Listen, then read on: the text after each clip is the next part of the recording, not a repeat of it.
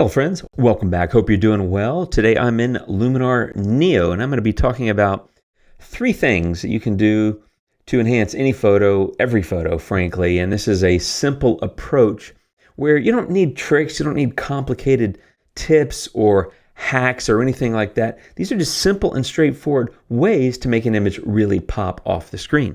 Now, if you're interested in my free ebook, I've got a 27-page guide for Luminar Neo. It's free. It's available to those that subscribe to my email newsletter. That link is down below. And I cover a lot of information about Luminar in that ebook. And in this video, I'm going to be covering these 3 basic ideas.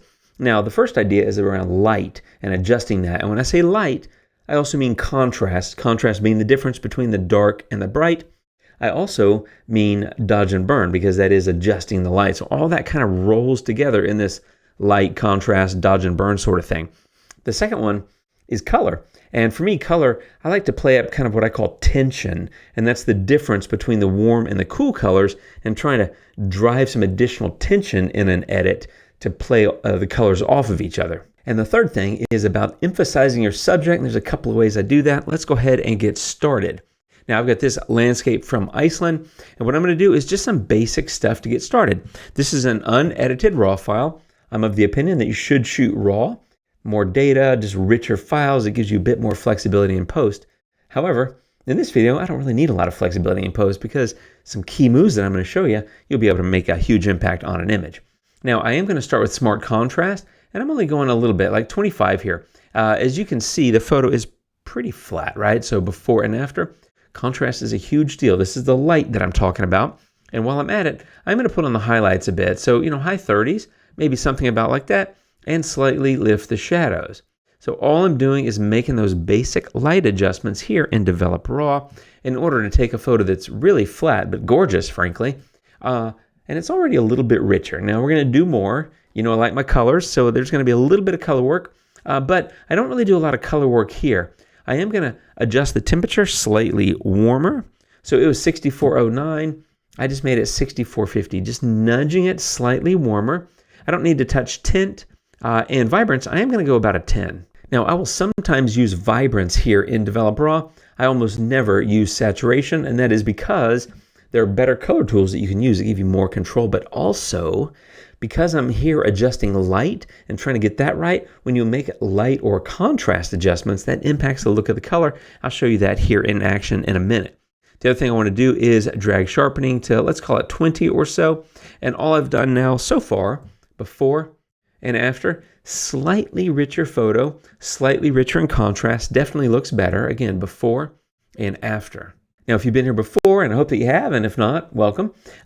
I generally, almost every time, not 100%, but it's pretty close to 100%, I use super contrast as my second tool. And that is because, of course, as the name implies, it's super at adjusting contrast. As you can see, there's 3 different tonal areas that basically cover these different tonal ranges in the photo. And I want to go in and make some adjustments to them. Now, this is still adjusting the light or the contrast. It's not exactly dodging and burning. I don't want to call it that because I'm not using any masks here.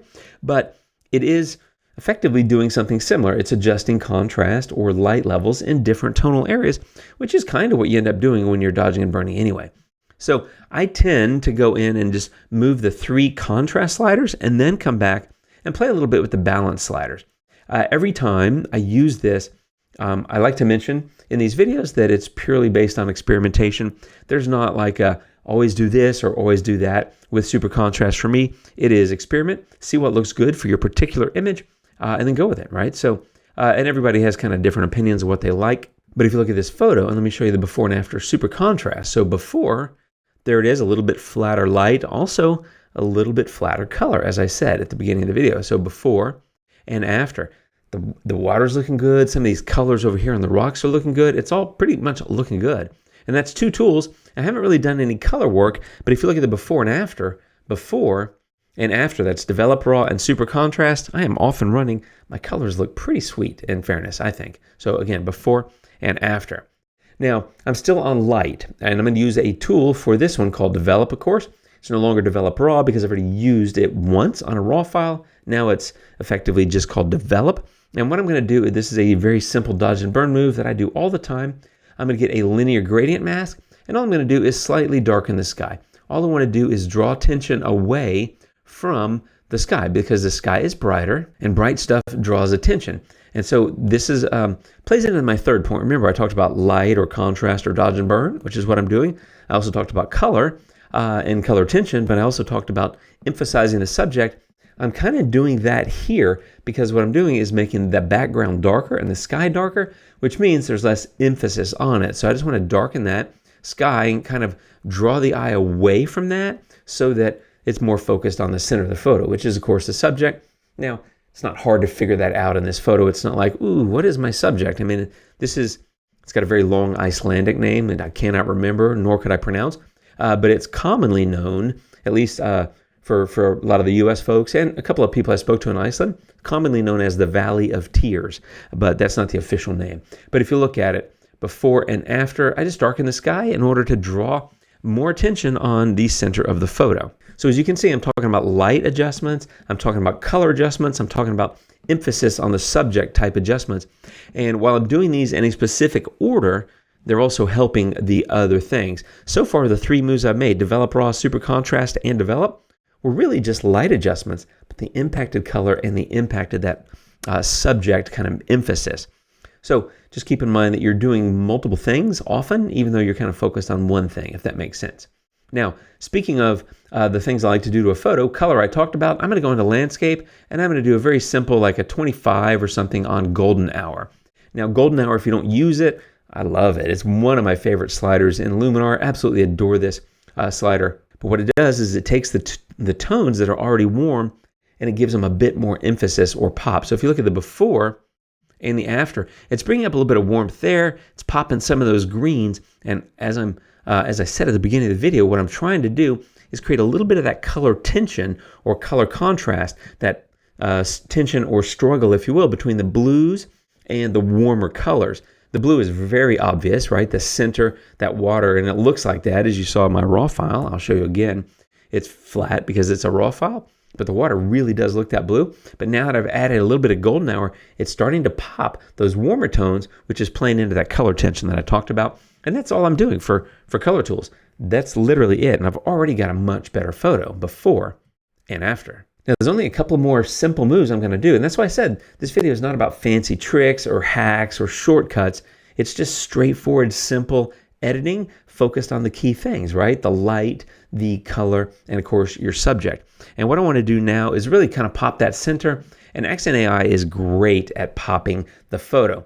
Now, I'm going to go to about 40, which is a lot. So if you look at that 40 across the image, it's jumping off the screen. And there's nothing wrong with that. I kind of like it, to be honest, but it's also a bit too much. And that's why I frequently recommend, and I say this in that ebook that I refer to, the link is down below, I recommend with Accent AI doing this later in your edit and using a mask with it, simply because it allows you to control it better, right? So before Accent AI and after, again, I kind of like it, but it's too much. So what I want to do is get a radial gradient, and I really want to focus on the center of the photo and a little bit of this green and edge, all those warm tones that kind of pop. So I need to come in here and create a bit of a interesting shape. So I'm going to play around with that a little bit until I get it right. It's going to be something about like that. Every time I experiment, and this is how you fade that edge, so you don't get like a really bright center and then an immediately dark edge. The dragging this outer line is what gives you more of that fade or that feathering along the edges, and it just works quite well. And I want to make this a little bit taller, and I'm going to drag this a little bit lower, and maybe a tiny bit more over here. So something about like that. And now my Accent AI adjustment is popping the center of the photo. I'm emphasizing the subject, as I said. So before and after, it's getting a little bit of that edge, but it's really popping that blue in the center. Again, before and after. And that's why I love Accent AI. It does something like 12 different things. I mean, it's popping colors, light, all these things, contrast, etc. It's a great tool, and I frequently feel like it gets overused, and it gets used globally, and I think you have to be careful with that if you want a really nice edit, and you don't want the whole photo to pop necessarily. Sometimes you do, but generally speaking, you want your subject to pop, and that's what I just did. So this is playing into that third tip. Remember, light, color, and subject emphasis. So far, before, really flat. I mean, that's the thing with RAW files. They look flat. They need to be edited. And now some contrast, color, light adjustments, things like that. It's looking pretty good. And I'm just going to wrap it up with Vignette, which is a great tool for drawing emphasis on your subject. And there's a particular part of this tool that I really like. So I like to do the amount and the size, pull that in a little bit. I like feathering to be kind of high. I like things to be kind of smooth. And my favorite part of Vignette is inner light, where I'm just going to pop that a little bit, like a 10.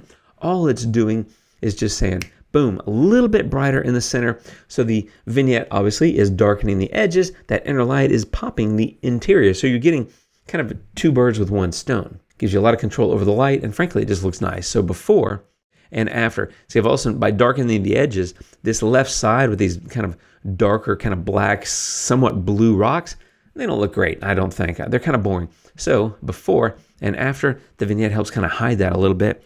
And that's the whole edit, my friends. If you look at the before and after, fairly flat, gorgeous place. I can't wait to go back at some point. I don't know when, but I'm definitely going to go back. Beautiful, absolutely gorgeous place. Now, really pops off the screen. It's because I controlled light, which is also contrast, which is dodging and burning. I also controlled color, which is number 2, and that is also color tension and color contrast. And then number 3, with a couple of different tools, I emphasize the subject, gives me much better result and amazing control over image. One more time, before and after. Check out my ebook down below. I'll be back soon with more videos. You guys take care. Thanks for hanging out. I'll see you soon. Until next time. Adios.